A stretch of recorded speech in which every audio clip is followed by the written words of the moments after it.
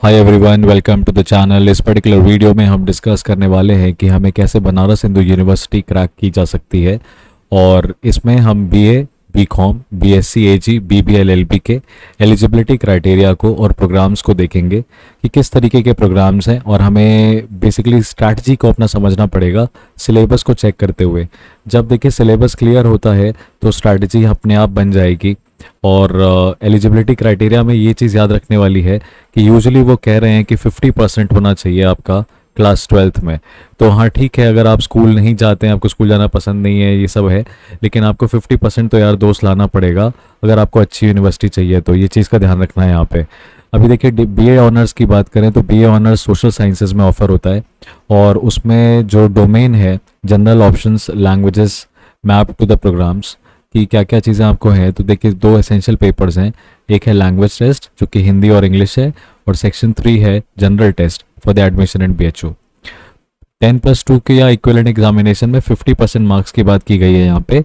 अब BA economics में अगर आपको बीए इकोनॉमिक्स करना है, इकोनॉमिक ऑनर्स चाहिए, तो यहाँ पे आपका मैथमेटिक्स जो है, यहाँ पे आपका मैथ्स जो है एक सब्जेक्ट होना ज़रूरी है। ये क्राइटेरिया है, राइट। एज की बात करें तो वो not more than 22 years on 1 July 2023, right. Honours allotment के बारे में यहाँ पे है कि बीए में आपको economics, history, political science, sociology, psychology, mathematics, statistics और ज्योग्राफी, इन सब में आपको ऑनर्स मिलता है। बीकॉम की अगर हम यहाँ पे बात करें, let's talk about BCom honours financial markets management में। तो इसमें आपको जो एसेंशियल्स हैं वो सेक्शन 2 है, जिसमें डोमेन कह रहे हैं अकाउंटेंसी होना चाहिए, दूसरा बिजनेस स्टडीज़ होना चाहिए, और सेक्शन 3 जनरल टेस्ट। तो फिर से आपको दिखाई देगा कि बीकॉम में भी जनरल टेस्ट जो है वो बहुत इंपॉर्टेंट है। और जनरल टेस्ट के लिए हमें सभी कुछ पढ़ना पड़ता है। जनरल टेस्ट में जो बेसिकली हमारी एनसीईआरटीज़ हैं सिलेबस में, स्टैटिक, राइट, स्टैटिक, वो हमें पढ़ना पड़ता है।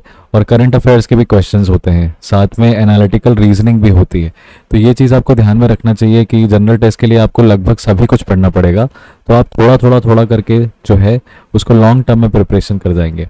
लोग ऐसा कहते हैं कि सीयूईटी की प्रिपरेशन जो है वो 6 महीने का कोर्स है, ऐसा है नहीं। जनरल टेस्ट के लिए आपको थोड़ा लंबा प्रिपरेशन चाहिए, साथ में आपको डोमेन भी करना है। तो इसमें टोटल डेज तो आपके जनरल टेस्ट के लिए ही कुछ नहीं तो 100 दिन तो चाहिए ही चाहिए आपको पूरा प्रॉपरली, क्योंकि आपको सारा सब्जेक्ट से एक बार ऊपर ओवरव्यू देखना पड़ेगा।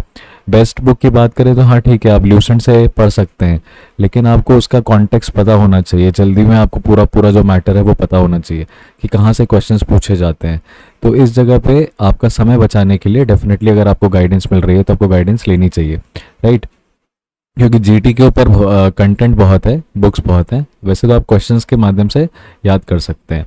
अभी जीटी के ऊपर बात नहीं करेंगे, लेकिन यहाँ पे आप देख सकते हैं commerce, economics, maths, computer science, finance markets, vocational courses related to commerce as one of the subject securing 50% marks, right. Again the same thing. BA honours again arts में बात करें तो उसमें भी लैंग्वेज टेस्ट इंपॉर्टेंट है, और section 3 में वही जनरल टेस्ट। तो फिर से आपको दिखाई देगा जनरल टेस्ट जो है वो इंपॉर्टेंट है, राइट। तो इसमें आपको इतनी सारी लैंग्वेजेस हैं बीए ऑनर्स आर्ट्स में। Moving to the further assessment, BA LLB जो लॉ के अभ्यर्थी हैं, जो पहले ब्लैट हुआ करता था, ठीक है, अब देखिए वो सीयूईटी के थ्रू हो रहा है। जितने भी लोगों को लॉ करना है अगर बीएचयू से, तो उसके लिए देखिए एलिजिबिलिटी क्राइटेरिया क्या है, लैंग्वेज टेस्ट। तो जो लैंग्वेज टेस्ट है वो तो होने ही वाला है, और साथ में लीगल स्टडीज़ जो है वो आपका डोमेन की तरह आपको लेना पड़ेगा। लीगल स्टडीज़ जो है वो आपको एक डोमेन तो लेना ही पड़ेगा, राइट। और फिर जनरल टेस्ट जो कि आपका सेक्शन 3 है। तो ये आपको याद रखना है, राइट। और इसमें किसी भी तरीके का कोई स्पेशल क्राइटेरिया नहीं है, राइट। और काफ़ी एलिजिबिलिटी क्राइटेरिया काफ़ी बड़ा है। तो यहाँ पे आपको दिखाई देगा equivalent institution from a foreign country recognised by the government of that country for the purpose of issue qualifying certificate on successful competition, यानी कि फॉरेन के बच्चे भी इंडिया से बीएचयू से लॉ कर सकते हैं। ये वाला एलिजिबिलिटी क्राइटेरिया आपको बीए एलएलबी ऑनर्स में दिखाई देगा।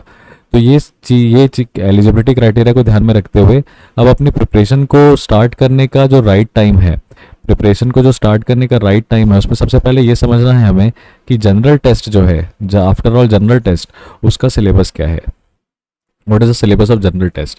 तो देखिए जनरल टेस्ट का जो पेपर होगा ना, उसमें आपको 60 क्वेश्चंस दिए जाएंगे, उसमें से आपको 50 क्वेश्चंस जो हैं वही मार्क करने हैं। तो क्वेश्चंस कहाँ से होंगे? General knowledge, current affairs. ये सबसे बड़ा हमारा, कहते हैं ना, दुखती नब्ज होती है, सबसे ज़्यादा सर दर्द होता है अगर, तो वो करंट अफेयर्स में ही होता है। तो करंट अफेयर्स को हमेशा वीकली बेसिस पे प्रिपेयर करना चाहिए, जो कि फैक्ट्स हमारे सामने जो हैं वो एक कहानी की तरह चलते रहते हैं। तो हम क्या है, रेगुलर, देखिए जो भी मैं बोल रहा हूँ आपको वो कह रहा हूँ कि रेगुलर एक्सरसाइज है, थोड़ा थोड़ा आपको डेली करना पड़ेगा।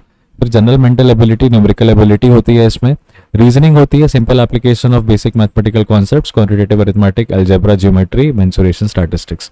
तो मैंने क्या नहीं, पूरी की पूरी मैथ्स, क्लास 10th तक के लेवल की पूरी की पूरी मैथ्स, लॉजिकल और एनालिटिकल रीजनिंग होती है, जिसमें आप वही जानते हैं कि आपको वेन डायग्राम वाला जो क्वेश्चन होता है वो बनाना पड़ता है। फिर फोटोग्राफ वाले प्रॉब्लम्स होते हैं, वो आपको देखने पड़ते हैं। फिर अप स्ट्रीम, डाउन स्ट्रीम, इस तरह की चीज़ें जो भी रहती हैं यहाँ पे, राउंड टेबल में बैठा देते हैं लोगों को, अलॉटमेंट कर देते हैं। फिर कलर कोडिंग कर देंगे, एलसीडी बोलेंगे, डीट, इस तरीके से आपको पूरा कोड दिया रहेगा, वो वाले जो क्वेश्चंस होते हैं पूरे, वो सब भी आता है। तो अब देखिए इतना बड़ा एरिया है, इतना बड़ा एरिया है आपके पास करने के लिए, है ना, कि आपको 60 क्वेश्चंस दिए जाएंगे, उसमें से आपको 50 करने हैं। और अगर हम बात कर लें 1 2 3 4 5 यहाँ पे, तो यानी कि हर सेक्शन से 10 क्वेश्चंस हम एक ऑन एन एवरेज एज्यूम कर सकते हैं कि अगर जीके से क्वेश्चन आया स्टैटिक से, तो 10 क्वेश्चन तो आएगा ही आएगा।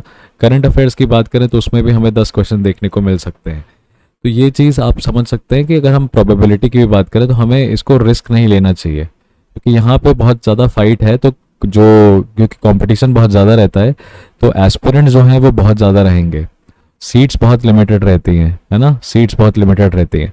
तो यहाँ पे एक एक क्वेश्चन में इंपॉर्टेंट ध्यान रखना है आपको कि कुछ भी गलत नहीं हो सकता, तो you can take risk like that. So this was all about how to crack BHU. Please channel को सब्सक्राइब तुरंत कर लीजिए और भी अपडेट्स के लिए। यहाँ पे अभी आपके डोमेन के हिसाब से जो भी डोमेन इंपॉर्टेंट है, जैसे लीगल स्टडीज़ एक डोमेन है जो कि इंपॉर्टेंट होता है, जो हमारे लॉ के स्टूडेंट्स को काफ़ी ज़्यादा ज़रूरत चाहिए रहती है लीगल स्टडीज़ के लिए। उसके बाद आप फर्दर बात करेंगे तो जो हमारा जनरल टेस्ट होता है उसके लिए भी कहीं ना कहीं शॉर्टकट चाहिए अपने को, कि अपन चलते फिरते इसकी प्रिपरेशन कर लें। तो ये बहुत इंपॉर्टेंट है, यहाँ पे ध्यान में रखना। और फिर हमें बीएससी एजी के बारे में भी डिस्कस करना था, वो उसके लिए हम एक अलग से वीडियो बनाएंगे, क्योंकि वो साइंस डोमेन होता है पूरा प्रॉपर। और अभी जो भी हमने डिस्कस किया है वो नॉन साइंस डोमेन वाले जो बच्चे हैं, जो आगे अपने करियर को बीएचयू के थ्रू ले जाना चाहते हैं, उनके लिए बनाया है। Thank you so much, I will see you guys in the next.